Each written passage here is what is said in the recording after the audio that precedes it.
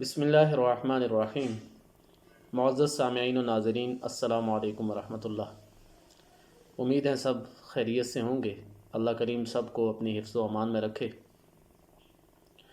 سامعین کرام، قرآن مجید کے اندر اللہ نے زمانے کی قسم اٹھائی ہے اور فرمایا والعصر ان الانسان لفی خسر، قسم ہے زمانے کی، بے شک انسان خسارے کے اندر ہے، نقصان کے اندر ہے۔ یعنی اللہ نے زمانے اور وقت کی قسم اٹھائی ہے۔ وقت یہ اللہ رب العزت کا ایک بہت بڑا تحفہ اور نعمت ہے، خصوصاً بالخصوص مسلمانوں کے لیے۔ اور یہ وقت والی یہ نعمت اتنی بڑی نعمت ہے کہ انسان اس نعمت کو قیمتی بنا کے استعمال کر کے اپنے لیے دنیا آخرت کے فوائد سمیٹ سکتا ہے۔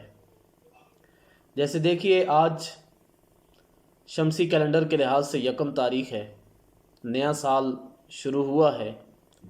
قطع نظر اس کے کہ شمسی کیلنڈر، قمری کیلنڈر، ہجری کیلنڈر یہ کیا کچھ ہے، وہ ایک الگ عنوان ہے، لیکن یہ سالوں کا گزرنا، یہ دنوں کا گزرنا، یہ مہینوں کا گزرنا، یہ ہمارے لیے پیغام ہے۔ پیغام کیا ہے؟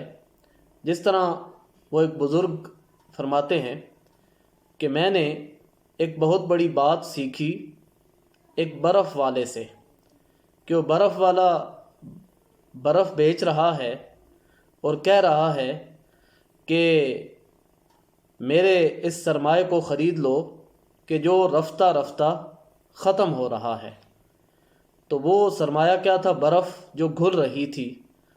تو اسی طرح یہ وقت بھی برف کی طرح گھلنے والا سرمایہ ہے کہ جو ہر سیکنڈ، ہر منٹ، ہر گھنٹہ، ہر دن انسان کی زندگی جو گزر گیا وہ زندگی میں سے ختم ہوتا جا رہا ہے۔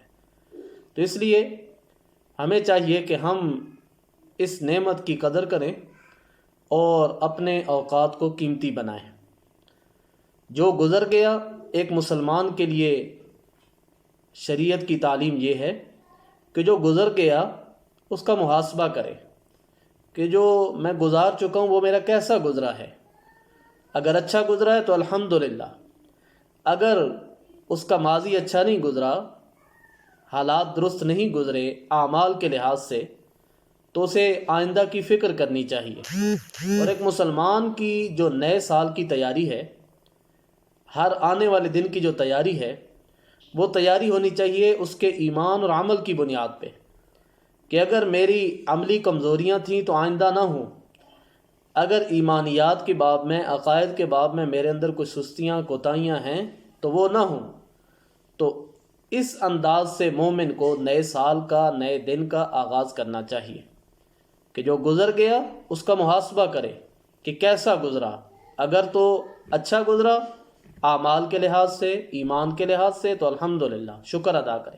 اگر نہیں تو پھر آئندہ کے لیے فکر کرے کہ میں نے اس سے بہتر کر کے، جیسے دیکھیں دنیا میں ادارے ہیں، وہ ہر سال کے آخر میں اپنے پورے سال کا جائزہ لیتے ہیں کہ ہمارا سال کیسے گزرا ہے، اچھا گزرا ہے یا فائدہ نہیں ہوا۔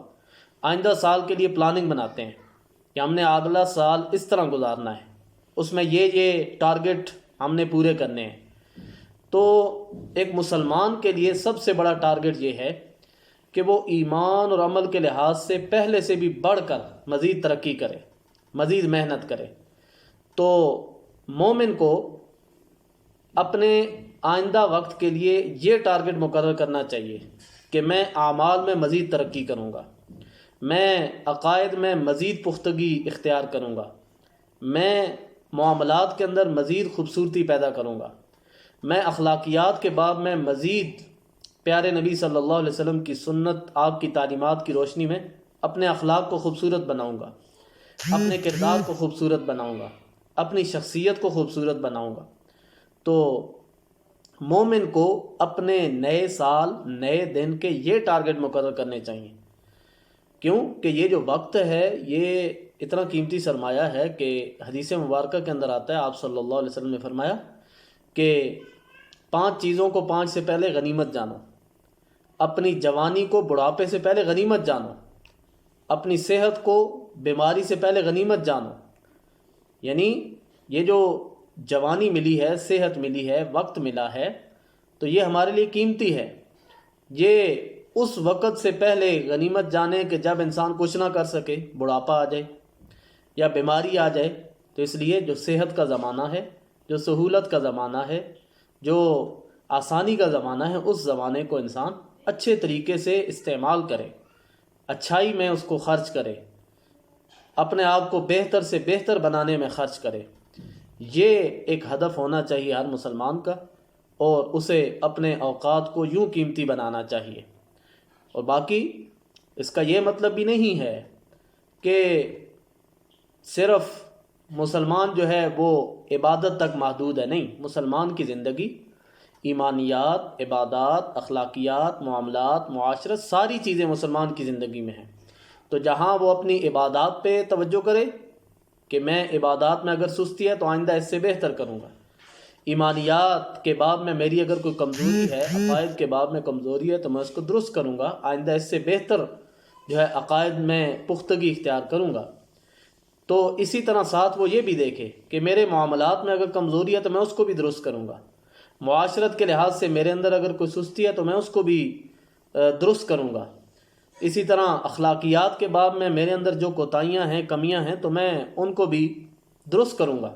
یہ ٹارگٹ ہونا چاہیے، یہ ہدف ہونا چاہیے۔ اور ایسے اہداف جب متعین کرے بندہ تو اپنے ٹارگٹ پہ، جو ادارہ، جو کمپنی ٹارگٹ پہ کام کرتے ہیں اپنے اہداف متعین کر کے، تو وہ ضرور کامیابیاں سمیٹتے ہیں۔